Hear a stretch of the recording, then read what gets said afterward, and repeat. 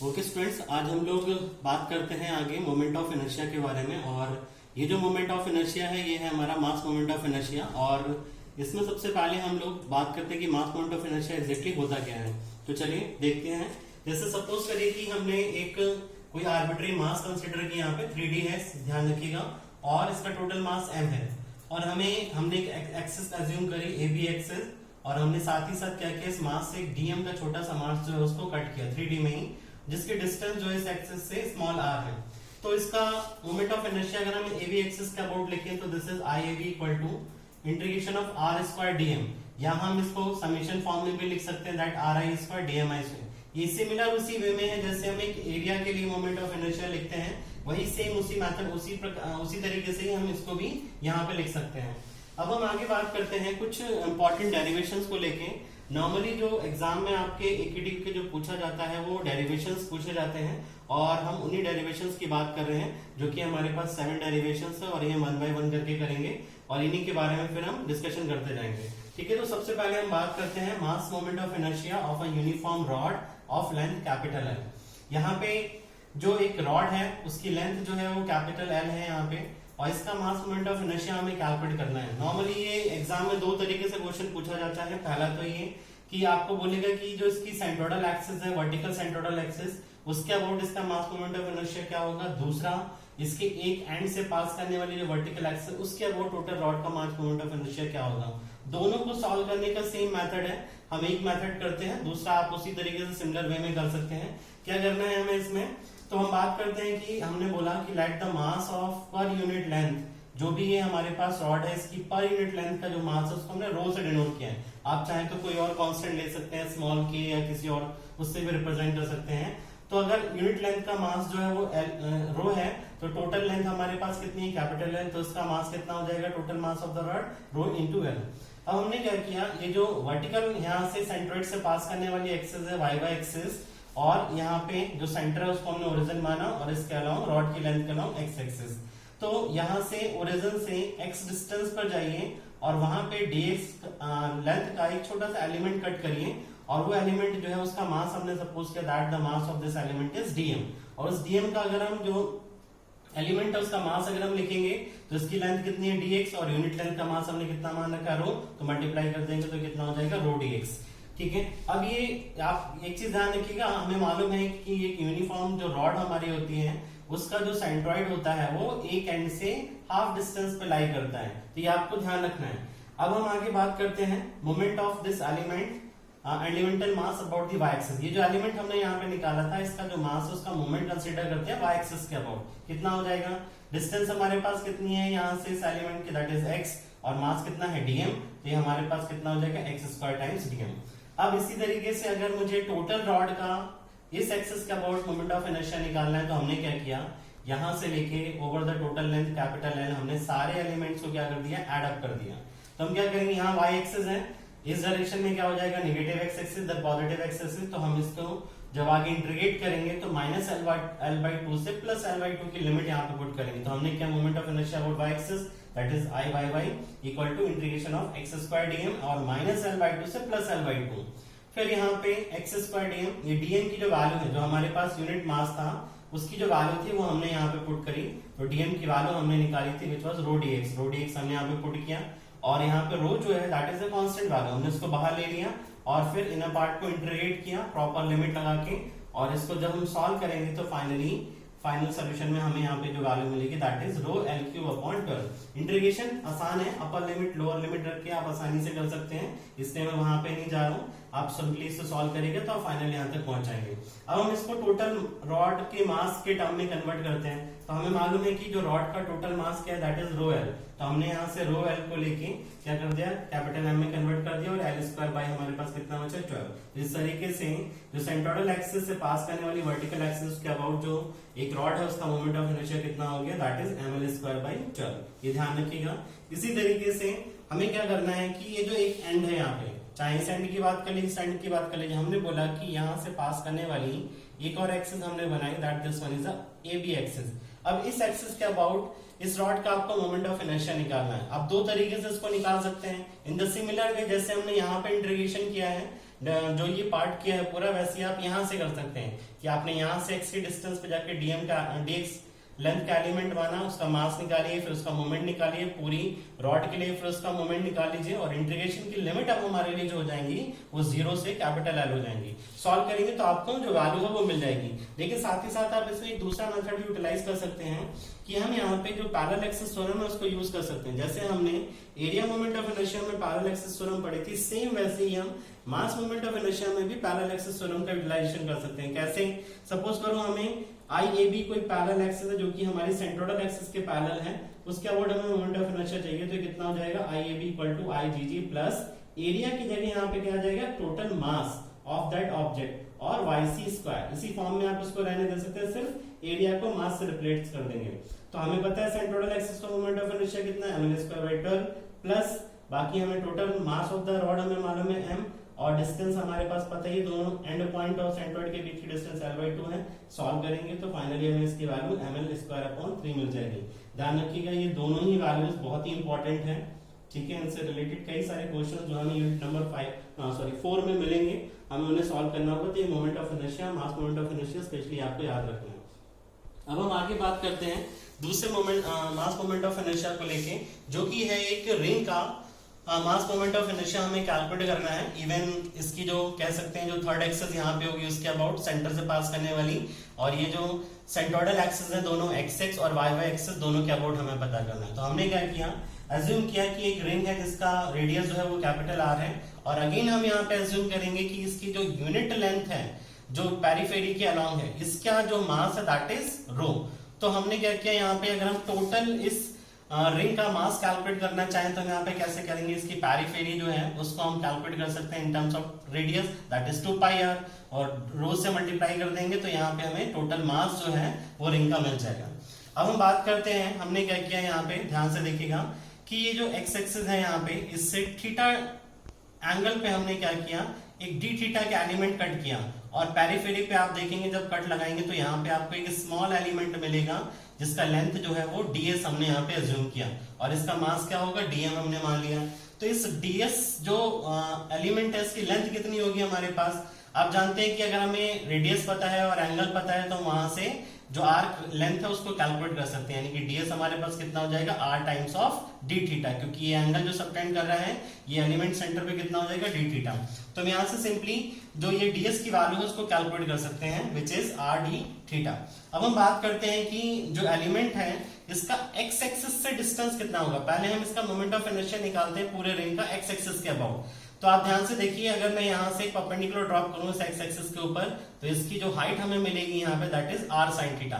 r radius है, ये theta angle हो गया, तो ये वर्टिकल हाइट हमारे पास कितना हो जाएगा r sin थीटा। तो यहाँ से हम r की स्मॉल कह सकते हैं कि x एक्सिस से dm के मास की डिस्टेंस कितनी होगी r sin थीटा।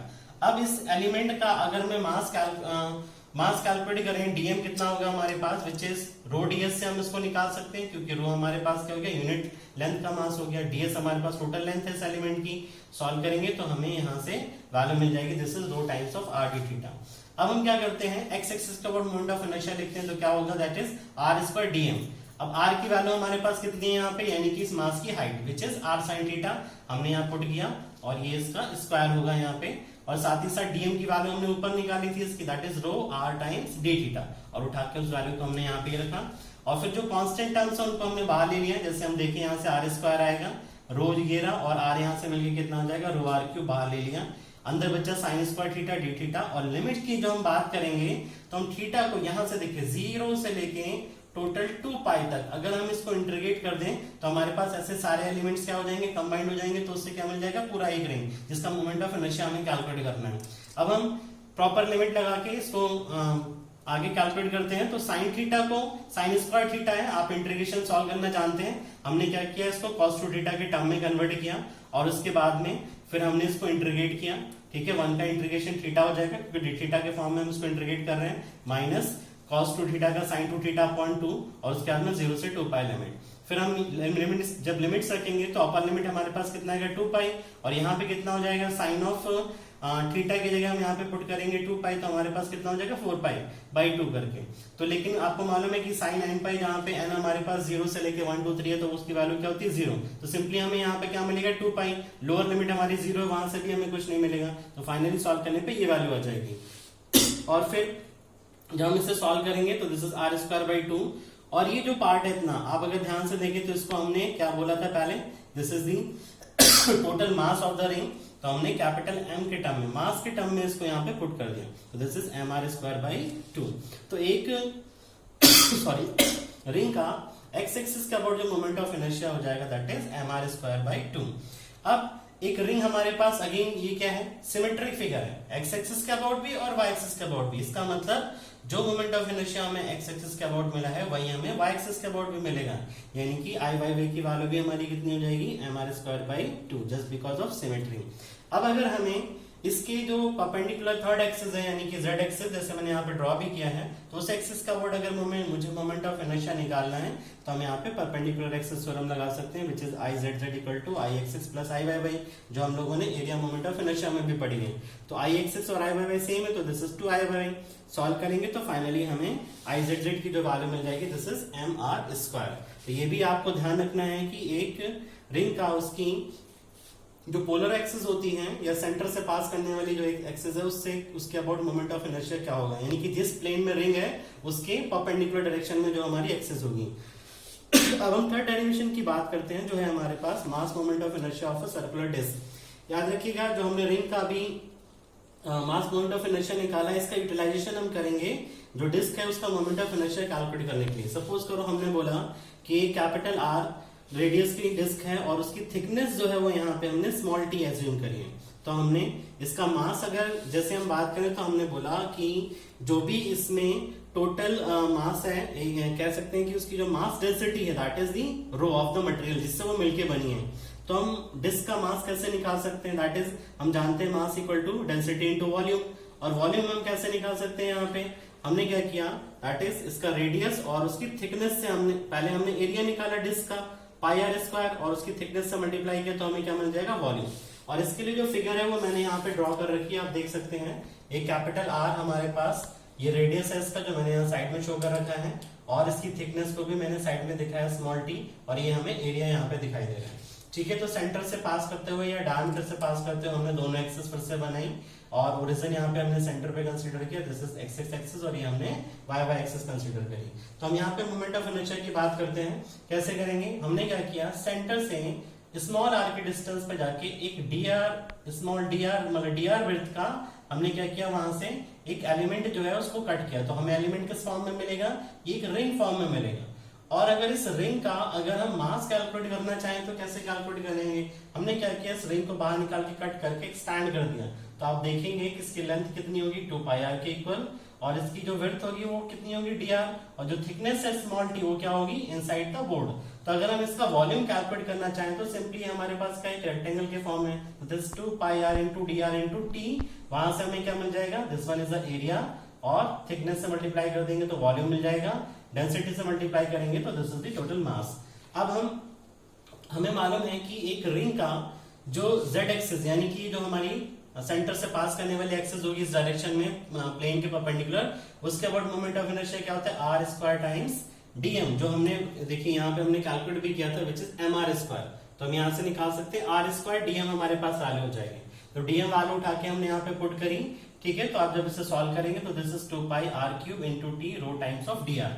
अब हमें क्या चाहिए, टोटल पूरी ये जो डिस्क है इसका मोमेंट ऑफ इनर्शिया चाहिए। तो हमने क्या किया, यहां से लेके सेंटर से लेके आउटर पेरिफेरी तक यानी कि 0 से लेके कैपिटल आर तक की जितनी ये रिंग्स हैं उन सबको कंबाइन कर दे अगर हम, तो हमें क्या मिल जाएगा, टोटल डिस्क का मोमेंट ऑफ इनर्शिया मिल जाएगा। तो वही हमने किया है कि rho integration of R square D M को हमने क्या कर दिया, इंटीग्रेट कर दिया 0 से लेके आर तक, और ये हमने ऊपर वैल्यू कैलकुलेट कर रखी है, देखिए आर स्क्वायर डीएम की उठा के यहाँ पे पुट की, और इसे सॉल्व करेंगे जब हम 0 से आर लिमिट लगा के और फाइनली कैलकुलेट करते हुए आप लाएंगे तो आपको ये वैल्यू मिलेगी यहाँ पे, this is pi R square rho T into R square by 2।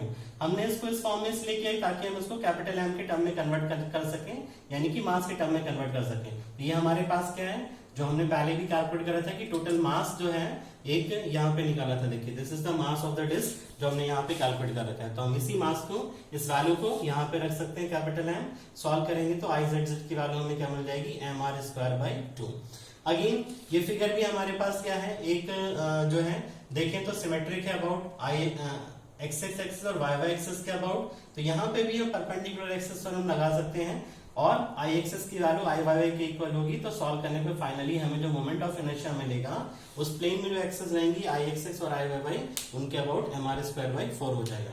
तो यहाँ पर इस वैल्यू को ध्यान रखिएगा, बहुत ही इंपॉर्टेंट है, हमें एग्जाम्स में कह सकते हैं कि ये न्यूमेरिकल्स में भी यूज करने के लिए मिलेगी। तो वहां से हमें वहां जब भी यूज करना होगा तो हमें याद रखनी पड़ेगी। आगे हम बात करते हैं, प्रीवियस लेक्चर में मैंने एक एरिया मोमेंट ऑफ इनर्शिया की बात कर रहा था और वहां पे मैंने एक सेमी सर्कुलर क्रॉस सेक्शन के मोमेंट ऑफ इनर्शिया की जब बात कर रहा था तो मैंने आपको बोला था कि इसका जो ये वर्टिकल डायमीटरल एक्सिस जो होगी, इस एक्सिस के अबाउट मोमेंट ऑफ इनर्शिया मैंने कहा था कि थोड़ी देर के लिए होल्ड करके रखते हैं, मैं आपको बाद में बताऊंगा। उसको बताने का रीजन ये था कि कैसे हम उसको सॉल्व कर सकते हैं। देखिए यहाँ पे हम इस पूरे सेमी सर्कुलर पार्ट को दो quarter of a circle part में डिवाइड कर सकते हैं। एक को हमने बोला 1, दूसरे को बोला 2। अब इसको कंपोजिट फिगर की तरह सॉल्व करिए। इस वाले पार्ट का मोमेंट ऑफ इनर्शिया आपको पता है, वर्टिकल डायमीटरल एक्सिस का अबाउट क्या होता है, विच इज πd⁴/256। इसी तरीके से दूसरे वाला जो हमारे पास ये quarter of a circular part है, इसका कितना हो जाएगा, ये भी सेम हमारे पास होगा। तो यहाँ पे हम सिंपली क्या कर सकते हैं, इसका वाई वाई एक्सिस का अबाउट निकाला, इसका भी निकाला, तो दोनों को ऐड करके हम वहां से वैल्यू निकाल सकते हैं। तो this will be 2 times of πd⁴/256। Solve करेंगे तो this is I Y Y equal to πd⁴128। यहाँ पे इंपॉर्टेंट चीज ध्यान रखने वाली बात ये है कि ये जो वर्टिकल एक्सिस है यहाँ पे वाई वाई, ये हमारी सेंट्रोइडल एक्सिस होने के साथ साथ डायमीटरल एक्सिस भी है। तो दोनों के उसके अबाउट जो मोमेंट ऑफ इनर्शिया है हमारा वही आता है जो सेमी सर्कुलर क्रॉस सेक्शन का, उसकी इस डायमीटरल एक्सिस के अबाउट हमें मोमेंट ऑफ इनर्शिया मिलता है। ध्यान रखिएगा, हॉरिजॉन्टल डायमीटरल एक्सिस जो है वो हमारी सेंट्रोइडल एक्सिस नहीं है यहाँ पे, इसलिए मैंने इसको वहां पे होल्ड किया था ताकि आपको जब कॉम्पोजिट फिगर का मोमेंट ऑफ इनर्शिया कैसे कैलकुलेट करते हैं वो आपको समझ में आ जाए, तो आप आसानी से इसको निकाल सकते हैं। ठीक है, तो ये हमारे पास आज 3 डेरिवेशन हुए जिनमें हमने मास मोमेंट ऑफ इनर्शिया की बात करी, एक रॉड के लिए, एक रिंग के लिए और एक डिस्क के लिए। और नेक्स्ट जो हमारे पास लेक्चर्स होंगे उनमें हम आगे के डेरिवेशंस को सॉल्व करेंगे। आज के लिए हम यहीं पे रुकते हैं। Thank you.